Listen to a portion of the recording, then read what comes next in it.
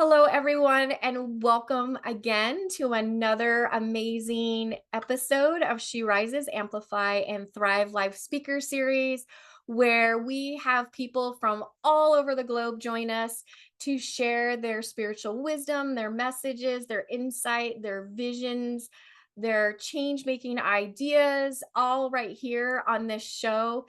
And I Again, a huge thank you. Last week was amazing. We got a lot of donations. So, a huge thank you to our audience and everybody that's out there that is believing in the She Rises cause. Because every time you donate, it does go to the She Rises Foundation, where we empower beautiful and amazing, strong women, entrepreneurs, those that want to be leaders in whatever it is that they do.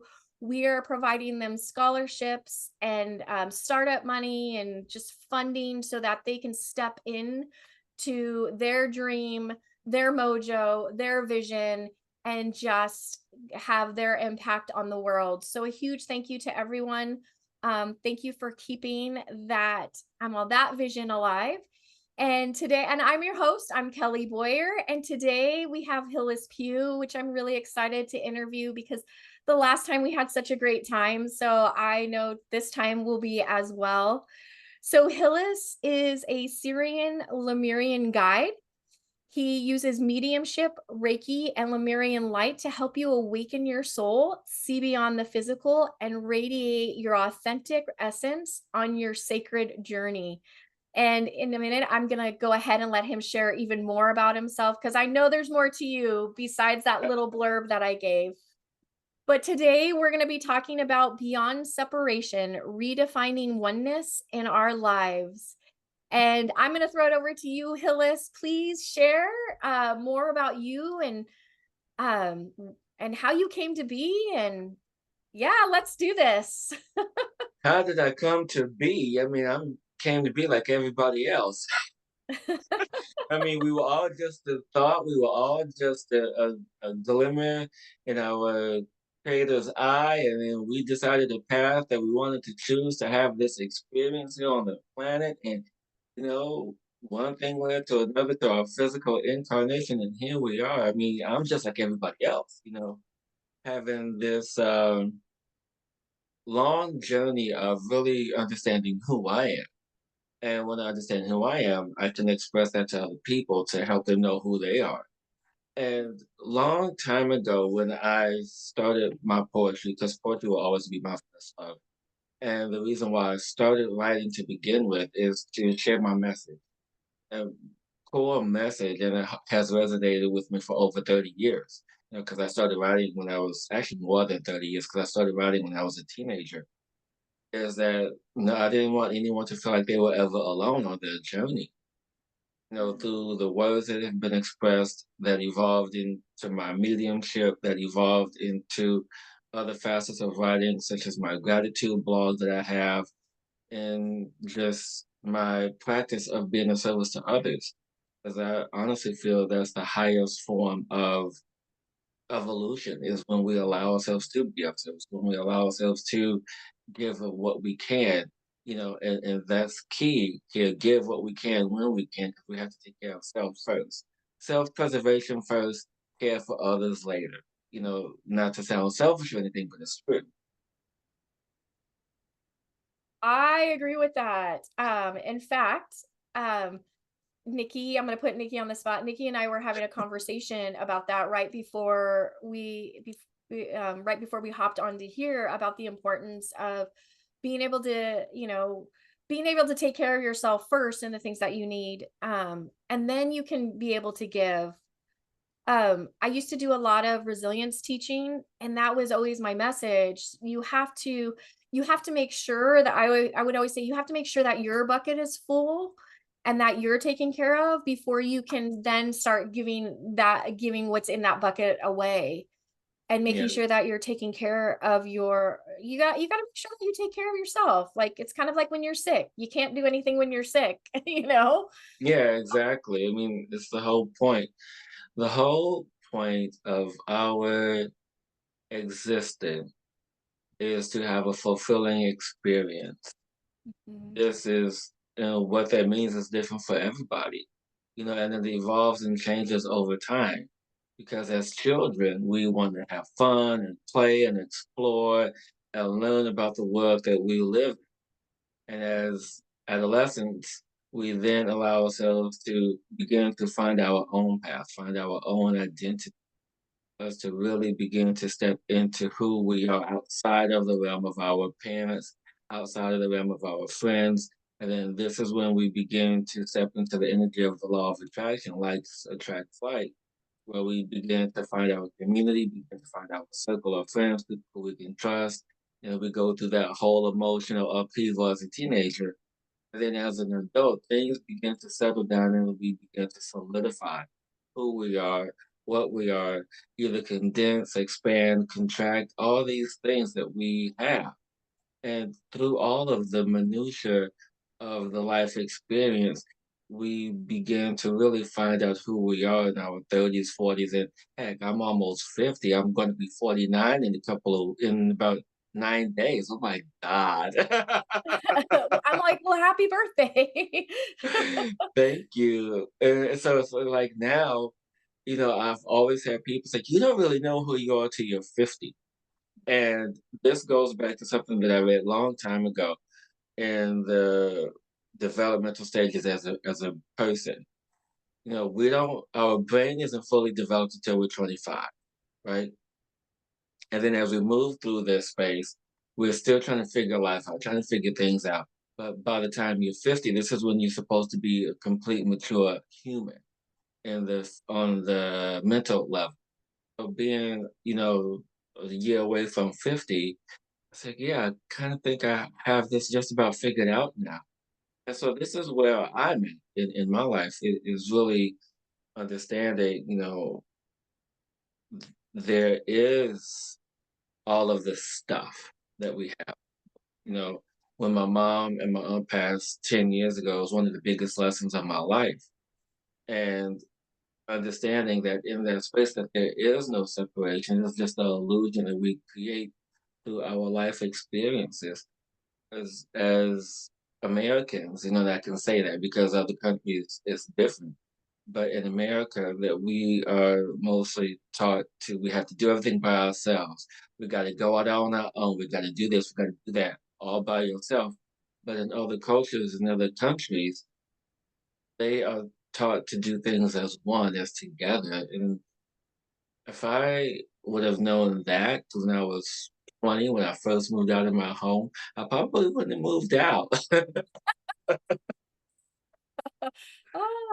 Oh, you know what? I do agree with you because I think we in America we do teach a lot of separation, the importance of independence and being in like I think it all surrounds the idea of independence. You've got to live on your Yes. own. You've got to be financially independent. You've got to think independently. Like, even though I say think independently, uh, but we kind of do, That's a whole other interpretation.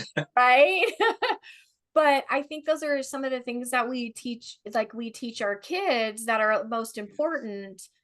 But, um, but what we're really creating a separation. And Yeah. Yeah.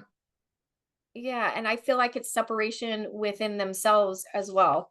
Um, I do want to go back. So I turned 48 this year and yeah, I'm all yes, I said my name on live like it's on live. But I turned 48 this year and I'll be honest, I don't think it was until this year that I agree with you that I really discovered who I am, what I want, and I'm going to say the remembrance because when we're in spirit, we know that all is one, remembering that it's okay to have help, right? To bring back that oneness. And I was thinking the other day, I'm like, I've spent 48 years, well, most of it, feeling so separated because that's what I've been taught. Yeah. But now I feel like I'm finally coming back full circle into that oneness of asking help and being okay with it and knowing that it really does take a village to raise all of us. Yeah. Because in most indigenous cultures, I don't even know how we got here, but in most indigenous cultures, that the young people, their 20s and whatnot, they have the babies. And Mhm. then the elders raise the babies. So they go off, they procreate, because they still don't know. They're still trying to figure it out. So it's in this space of support. And that's what oneness truly is. It's knowing that you're always supported, whether foreseen or unseen. And when we allow ourselves to receive that, to receive the manifestation of that support in whatever form it comes in, from your heart space, from your heart's desire, then we allow ourselves to say, yeah, I'm supported. Yeah, I'm loved. Yeah, it's okay for me to feel how I feel and still be supported in that. And that's one of the big things about the space of separation, that sometimes we don't have permission to feel how we feel. When I say that, I mean in terms of, oh, I feel bad or I feel angry, I feel upset. You don't, have permission to grieve. But it's in the space of then self-acceptance and self-love, we find ourselves coming back to that peace, that oneness, because it is through prayer, it is through meditation, it is through your own belief system that we allow ourselves to say, hey, I get it. I'm supported in different ways. It may not be the way that I see or expect, but I am supported. Yes. Um, I l I'm gonna go back again this year. I've really been learning, well, I learned, and here's my confession, is that, I tell people, "Yeah, I totally trust the universe. I totally trust that things would work out." And then when I look back in hindsight, um, I was really trying to control it all. Yeah, we all are. We all do, and I think that that's part of the problem. Mhm. That we all try to control something that we don't have a complete understanding of. Mhm. And when we don't have a complete understanding of that one thing, we all go head first, trying to control something, trying to wield something that we have no idea how it works, how it operates. It's like you at 16 years old getting your driver's permit. It's like, yeah, I'm excited, I'm gonna drive a car. Get in it, but I don't know how to really drive it. So you control something you really don't know how to control. It's the same thing. Yeah, and that I like, to me, that's also another example of creating separation when you feel like you have to control everything. I'm still in the learning phase, but I really started to understand what people mean when they say trust the universe. Let go and trust the universe, because um I'm going to go back to what you said, is that, like, I've never felt so supported in oneness when I just let go and I started trusting. And then, Yeah. of course, I'm like, why didn't I do this a long time ago? But in my mind, I thought I was doing it. But I was really separated, like trying to control everything in my life. Like, it's crazy.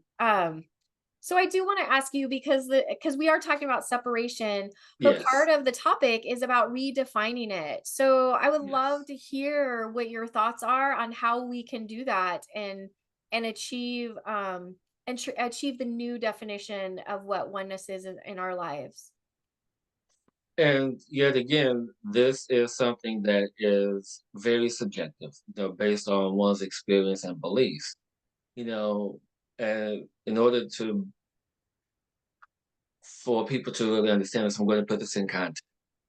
So when I was in my 20s, well, actually, let me go back one step. When I was in high school, my mom told me that she never had me baptized. And I'm like, huh? What? I mean, you didn't have me baptized? Isn't like what we do?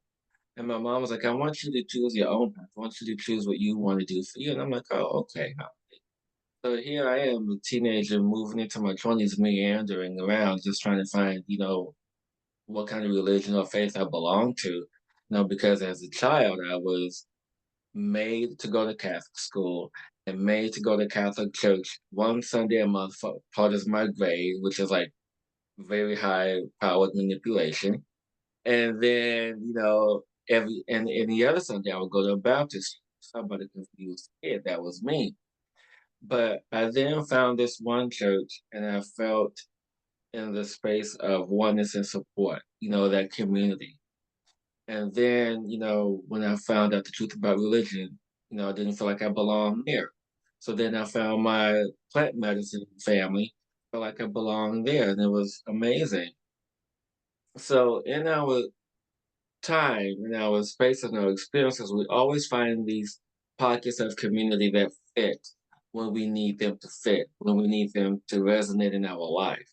So oneness is more about a frequency and a resonance which you connect with. It's more about that alignment of frequency.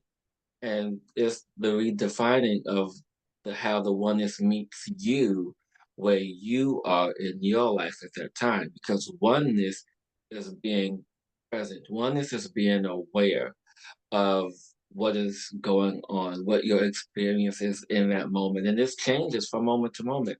Like now in this exchange, I am one with you. I'm one with everyone who is watching. I'm one with everyone who is listening. I'm one with everyone who is intent in their level of awareness.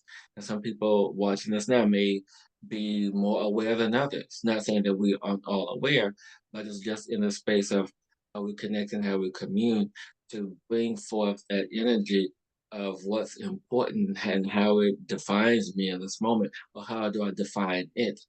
Oneness is an exchange of energy, a balance of being met where you are.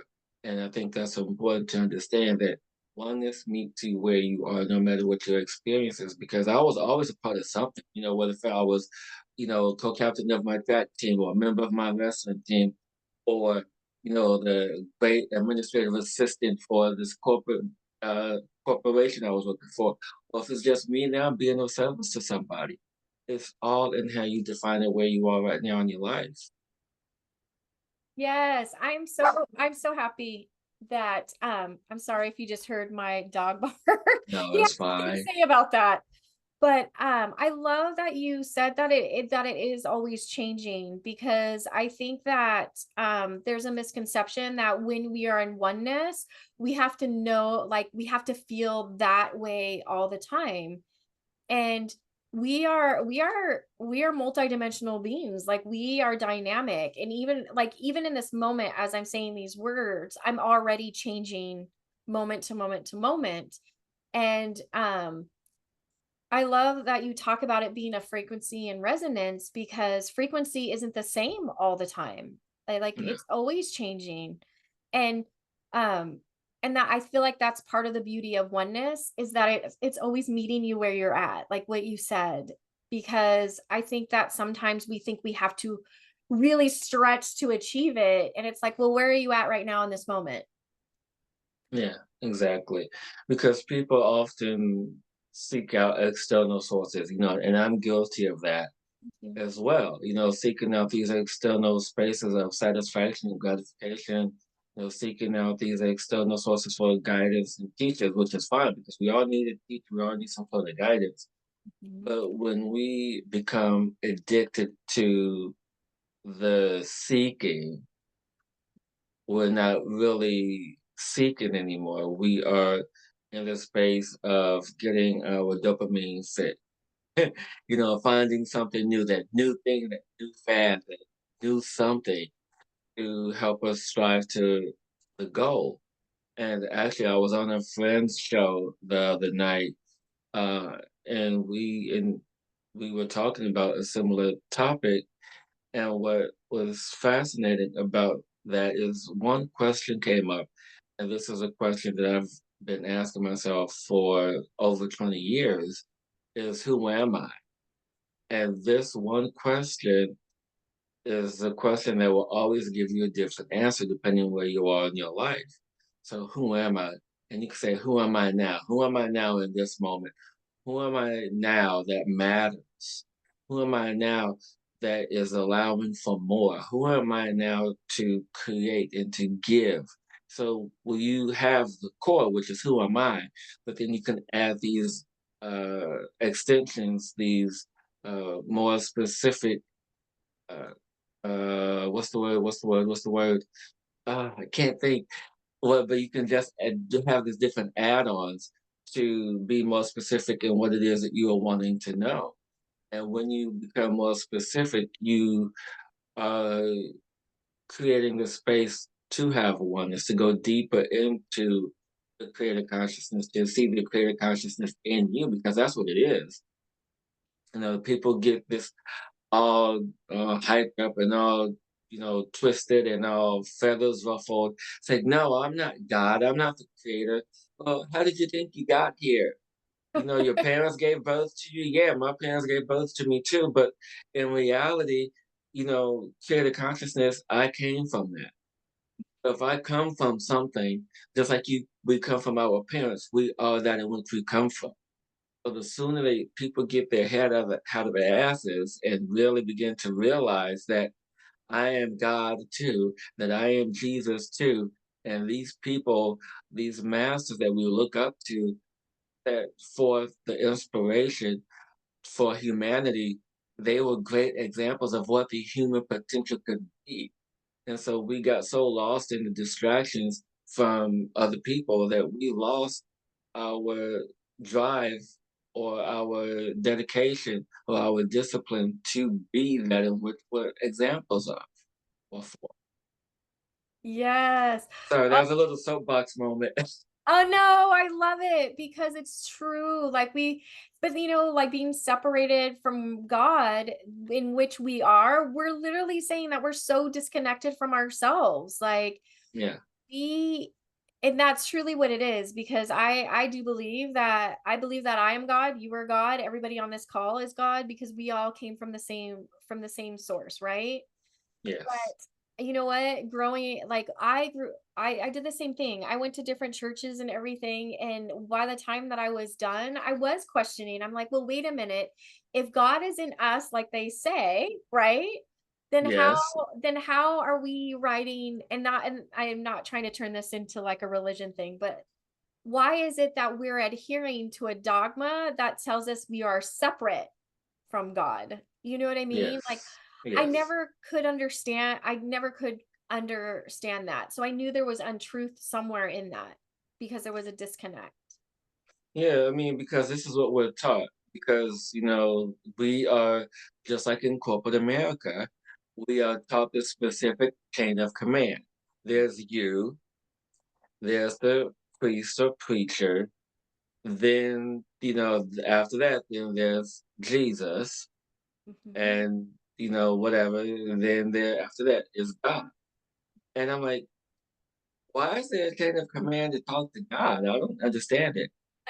And so, and in my readings and of the most recent book collection called Move, and you guys can hop on my YouTube channel and view all the interviews that I've done about the Move series. One of the things that I found fascinating in this book was that people often talk about the 12 years that Jesus was gone. There's no written record of Jesus anywhere. Okay. And in the book series, I discovered that Jesus was studying 12 years. Now, mind you, we're in school 12 years also as children. Okay, so that's the number that is not coincidental. So he was gone for 12 years studying the ancient arts, the mystical arts, and which is how he became a healer and such and so forth, which is why he's the great example of humanity. And when we have these examples, people become fearful, they become afraid. And so after Jesus died, the information was still, what is now known as Tibet. And the information then was kept in charge with Isis and Osiris in Egypt, having them hold that information along with the priests and priestesses and people of the land. Because at that time, especially before Jesus died, people of the land had access to this information. They had access to this information. It was completely free. But it wasn't until when Jesus died, and then when Osiris died, then at the time it was called the Osirian religion. That's what they called it, which is this information that people could widely read. People would go to school to learn all of this. And then when people found out what this was and what it could do, only the high priest and priestesses could have access to this information. Only the emperors could have access to this information. And of course, when Egypt was invaded, the Romans took all that information. So it's like, from then on, it just kept the cycle of hiding information. So the way to get back to oneness is to study, to read, to know, to find out who the masters were, what they learned, how they just dedicated their lives to self-evolution.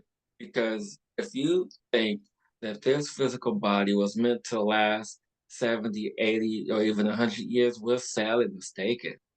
This body was meant to extend at least 200 years. And it is how we treat the body, it is how we do all these things to the body that shorten its span, because we technically get a new body every 7 years. So there's Oh, that. that's true. We do have a new body. Like everything about us actually really does regenerate, which I think is part of our power to heal. But oh, I'm like, I learned something today about your Syrian religion. Yes. I'm gonna look that up. I'm gonna investigate that because There's not much. I'll be honest, there's not much okay, online, but if you go to Amazon, uh-oh, okay. and the name of the book is called The Secret Symbols of Mu. It's by this guy named James Churchward.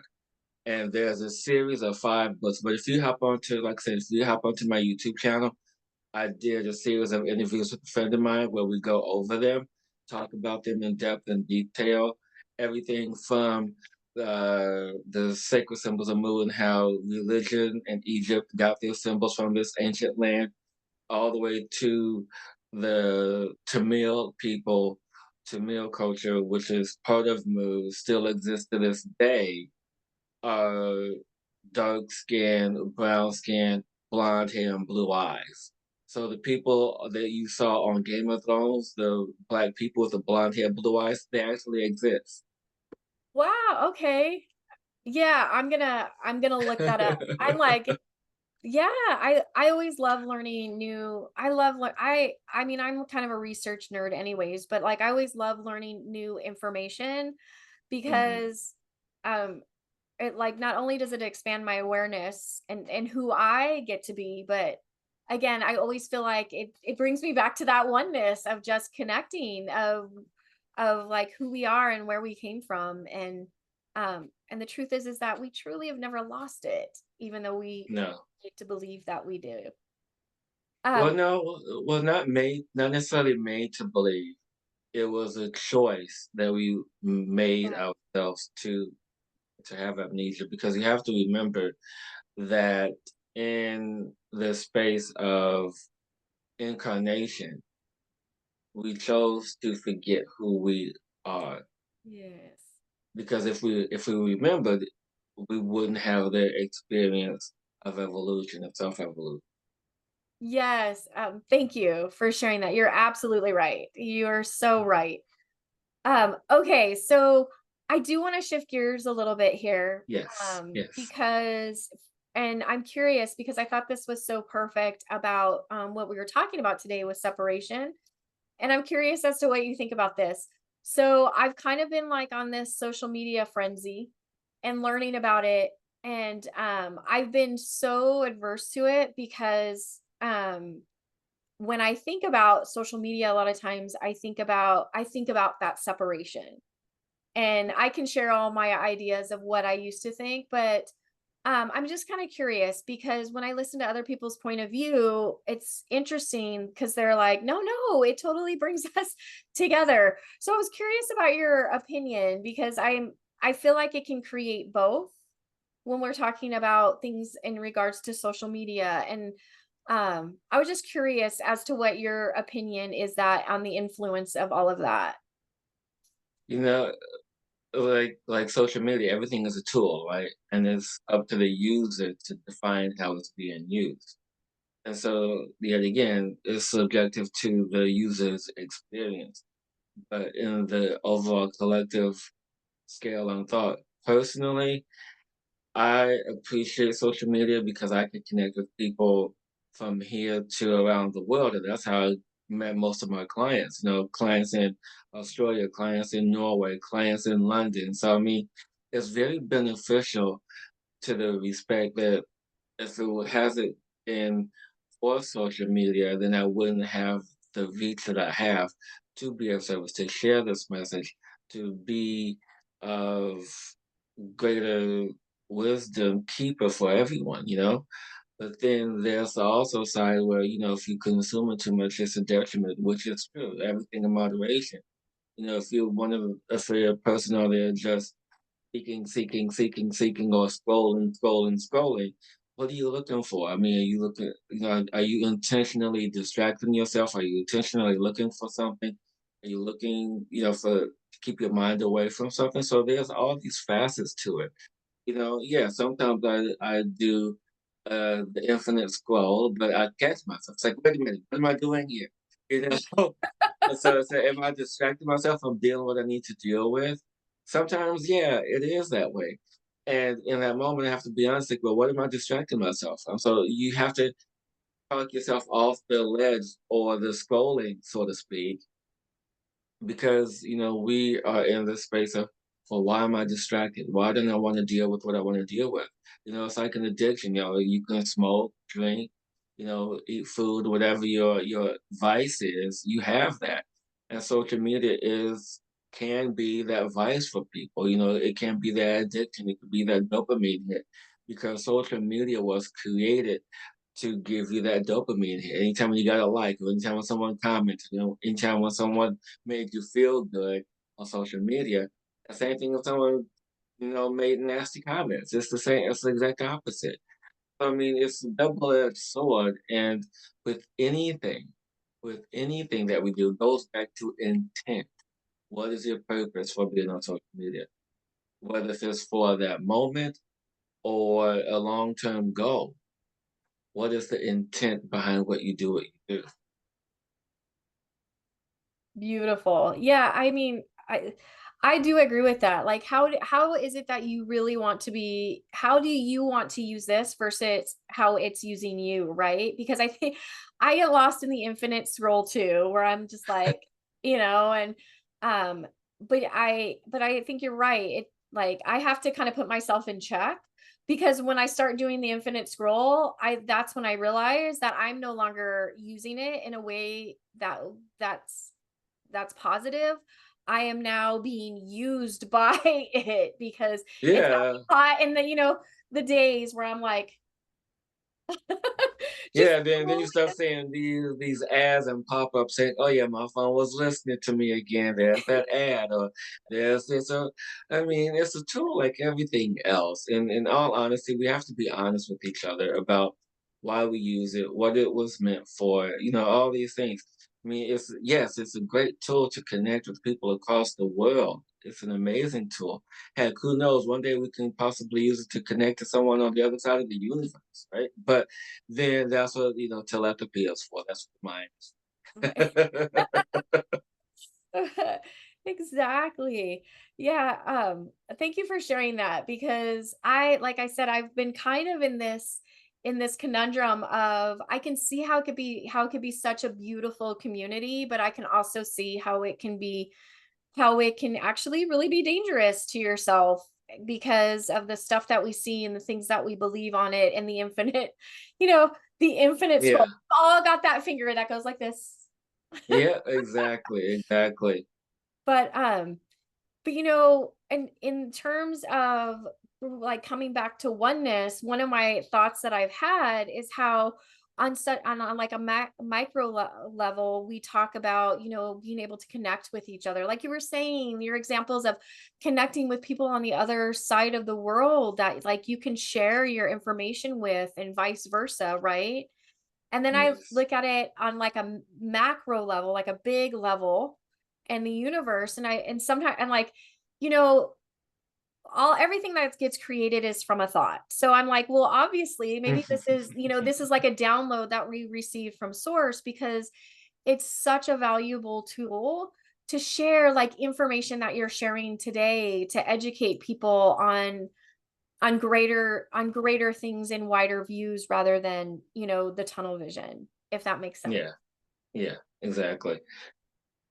And so on a larger scale of the universe, if I hadn't tapped in and continued to hone and refine my abilities, I Mhm. wouldn't be able to connect on that level, in the universal level. And maybe I misunderstood, but I question, but I'm thinking more in terms of the literal universe of connecting with spirit, because I mean I connect with spirit every single day. And that is my joy, being able to not just connect with my loved ones who have crossed over, but to also connect with teachers and masters and God itself, to have that connection, and then to be guided to take action, whether it be through social media or, you know, meet up with my fellow healers in the city. It's all these things. There's these unseen threads that connect us all. And there's the one thing that we all have in common, other than, our, you know, gender, whether it's male or female. We are all source energy. We all come from source energy. We are all creator energy. And so once we get to this space of universal acceptance that I'm God, you're God, she's God, he's God, the dogs, the pets, plants, everything that's existence is of God and comes from God, meaning that it is God. The planet Earth itself, God, Mhm. come on. I mean, it's just when we think of the smaller things, and sometimes it it it's one of those things, when you see a vermin or an insect that you dislike and you have to get rid of it. You kill it, whatever. It's like, wait a minute, that was a part of, and I do it. And I was like, oh crap, I'm sorry, I don't like you, but you were part of your God, and this is part of God. I'm like, oh, so it's like one of these things. It's like it's subjective in that moment. Like I talked about earlier, it's moment to moment to moment, and it's how we feel in that moment. And if that moment I wanted to get rid of a fly, which I seldom do, or any other insect, like a mosquito. I really don't like mosquitoes, but it's that thing. Yes, I'm right there with you. I try to very, very creatively get the spiders out of my house, and Oh, spiders, they can live with me all day long. um, well, the other day, I don't, I know this is getting off, but like I had a sun spider in my house, and it was like this big. Okay. So I was trying to figure, and like they're great because they do eat all the things that you don't want in your house, but I'm like, I don't think I want something this big on my wall when I go to sleep at night. Yeah, I mean, that could be a little daunting. I mean, I've seen geckos. I mean, if you live in Florida, you see all kind of things. I mean, Yeah. everything from spiders to I literally saw like those little geckos or little lizards on the wall in the house. I'm like, oh, okay, all right.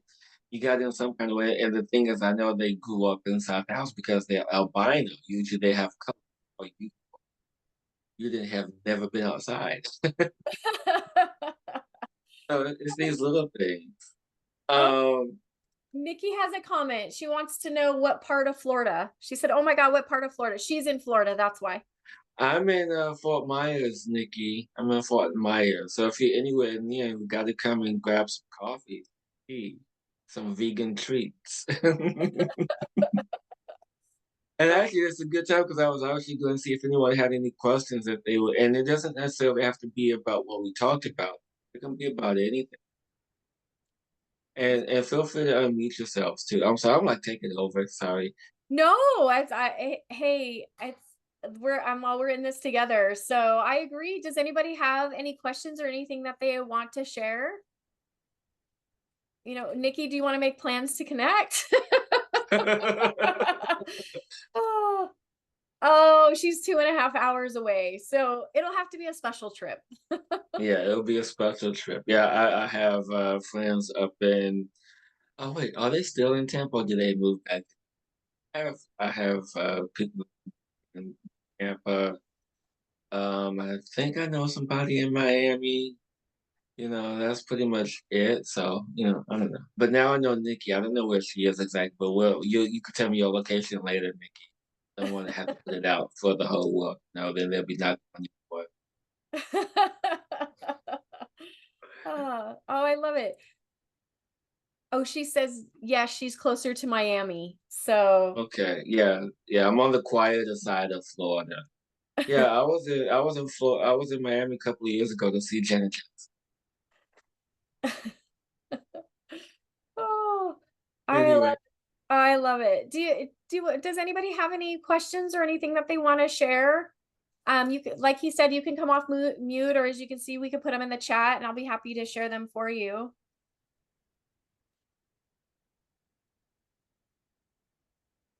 Oh, all right. Well, we're gonna keep on chatting. If you're okay with that. If you guys oh have a yeah. question or anything, raise your hand. Just let us know, interrupt us. It's all about our communication. So if you have something that you want to share. Um, so I do have another question for you because I do feel like you're so knowledgeable about how to connect with that oneness. And Mhm. we mentioned some ways. I mean, I did say social media, but but you also talked about like meditation and things like that. So I don't know, if what are some more tools if somebody is saying, okay, Nikki, well, really quick, I'm going to ask you this question, then we'll go to Nikki's question. But what are some tools and some other ways that if somebody is feeling disconnected and they do want to get back to that oneness of remembering that they're from source, what are some ideas or some tools that you could share with people on how to do that? I'm all in the moment that they're in. And and if you are a person who lives in the city, like a busy city, like big city like New York, Chicago, Miami, etc. And if you take public transportation, that's actually a very opportune way for you to be connected. The reason why I say that is because you have ample time to sit and meditate to think. Because most people on the train reading their books, listening to a book, whatever they're doing. For me, I used to take the time to meditate in a quiet spot. But people often say, "Oh, I can't meditate. I can't meditate." Meditation is a prayer. Meditation can start off as a prayer. It can be say, "Thank you, Creator, for this," or "Creator, thank you for this beautiful day," or "Creator, I am asking for your support, this and that and the other." So meditation is not just the one way that it is most talked about. It's many ways. So that's definitely a way to connect. Another way is I'm sure people talk about it a lot because it's very popular now is grounding. People go outside, can, walk and not walk on the asphalt, not walk on the concrete, but walk in the grass, walk on the earth, act in that way. And the reason why grounding is important, and mind you, there are two ways to ground. And for the most common way is to actually go outside physically when you're in your space, when you're in your meditative space. And those who are watching who may be healers who work with people like I do, who are way up here, you know, and need to bring that energy down. What you can do is you can focus in on bringing the energy down into your body, into your heart space. And when you allow yourself, and this is what if you're a healer or not, this portion of meditation is when you focus on one specific color, whether if it's yellow or green or orange or blue or chocolate color, you can meditate on this chakra to just open up that space. Most people like this, which is good for that. So there are a couple of ways there. One of the final ways, actually, it was one of the easiest ways for me in the beginning, is to meditate in the shower. It's one of my favorite things to do still, actually, to this day. Is you have your shower, you communicate with the water to say the water cleanse me of whatever X, Y, and Z as you soap up, cleanse the energy, cleanse the body, And you could say, thank you for the water, thank you for this, thank you for that, and start off in the space of gratitude and allow that space to be opened up for you to receive what it is you need to receive for that day. Oh, I love that. I do that a lot in the shower because it's just so I'm in cleansing I'm in cleansing water. Like let's continue the cleanse of my aura so that I can be a better conduit for source. So I love that. All right, so I'm going to ask Nikki's question. She wants you to talk about Sirius. Serious? How serious do you want me to be? Oh wow. So that actually is a really good question. I don't think anyone has asked me that question, Nikki. You and I should probably have a sit down in person and talk about it, but I can give you some high level stuff here. And I'll be honest, there are still some things that I'm learning about Sirius. And actually, one of the books, because I started, I was always intrigued about Sirius for a very long. And Sirius is a planet of healers. It's a water planet similar to Earth, but a lot bigger. There's Sirius A, B, and C, and Sirius B wasn't discovered, till the 19th century, I believe, 18th, 19th century. And then Sirius C wasn't discovered till like in the 90s. So, because of this, what really intrigued me was the fact that this information about Sirius was held by the Dogon tribe in Africa. The Dogon tribe is a very ancient tribe. They have only been in contact with civilization because people want to know about Sirius. And Sirius is a planet, of it's, it's more, anytime when I talk about it, I see like always see blue beings, but then I also see like lavender color beings as well. So there's like this intermix of beings.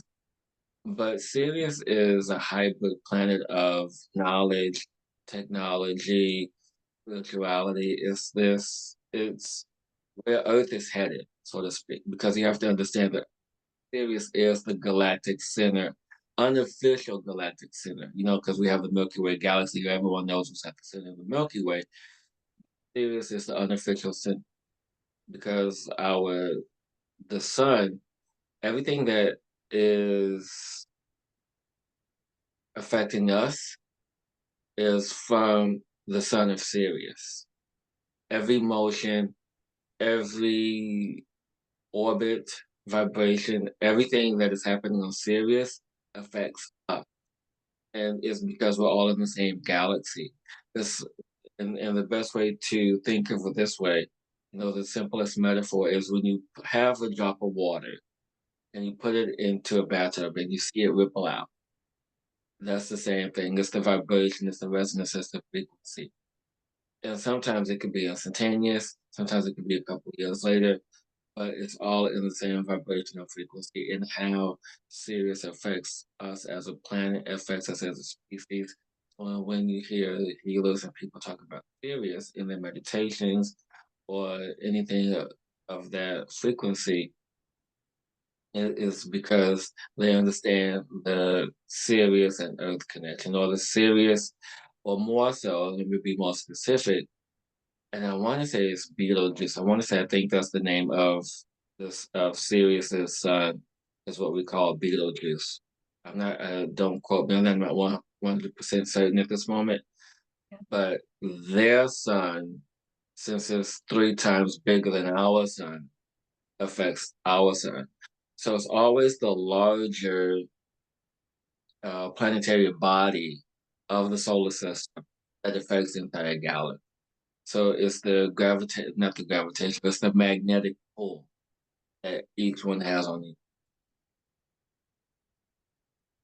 Oh, I love it. And I think you are right. I think it is called Beetlejuice is what is what Yeah. it's called. Yeah, Yes. the big blue sun, big blue Yeah. gas planet. Yeah.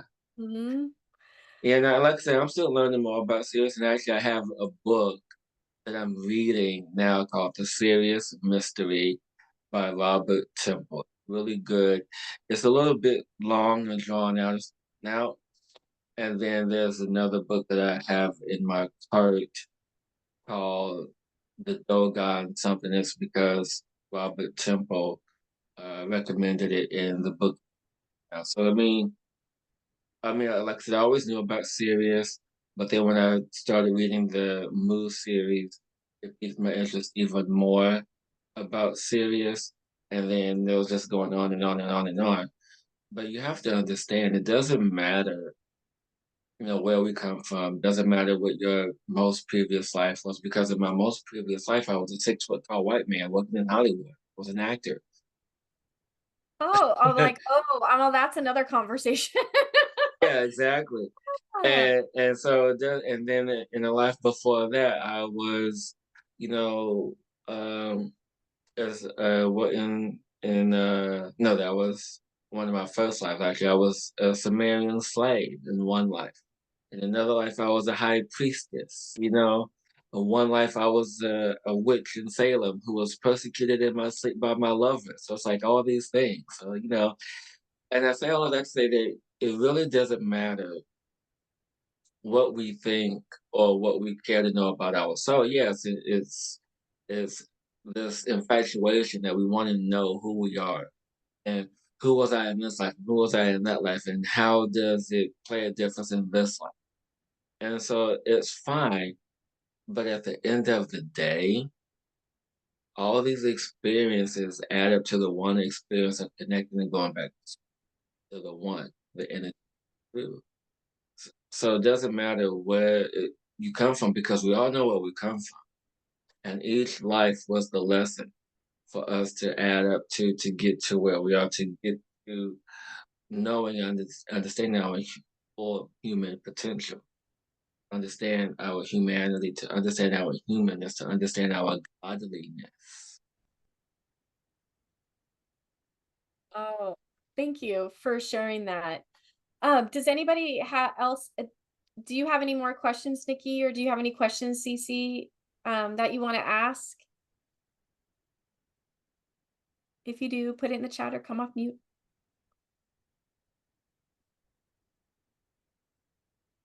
No, she said that was awesome.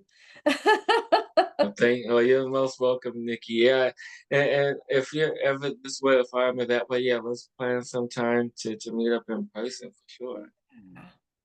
Oh, I think that would be great.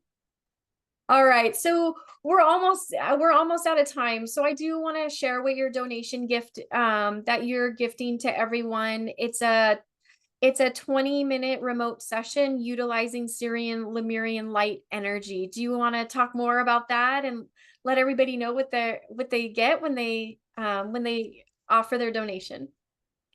Awesome. So pretty much it is me working with you, and it can be purely remote because I know some people are iffy if it comes to phone, but I do offer this service as a phone as well.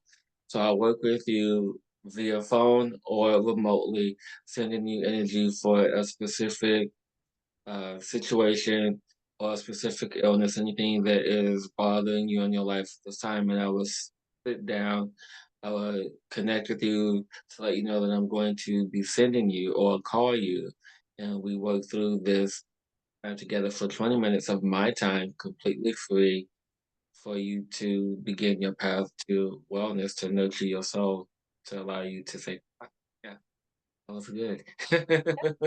Amazing. So if you enjoyed our conversation and you love Hillis as much as I do, please click on the link in his speaker center. You can go as low as $5 for a donation. Get that 20 minutes with him. Get that 20 minutes with him and see how amazing he is. And Hillis, it's always a pleasure to talk with you and interview with you. I always love being in your energy. So thank you so much for being here today. Thank you to everybody who joined on the live and to everyone who will be listening later on the replay. Um, so much gratitude for you, Mm. Hillis. Thank you so much. I can't wait Thank you until so much, Kelly. next time. Yes, next time for sure. And Yeah. maybe Nikki could come on with us next time and don't be so shy. Yes, yes, Nikki. We're gonna put her on blast. Uh oh, she's inviting you to her podcast.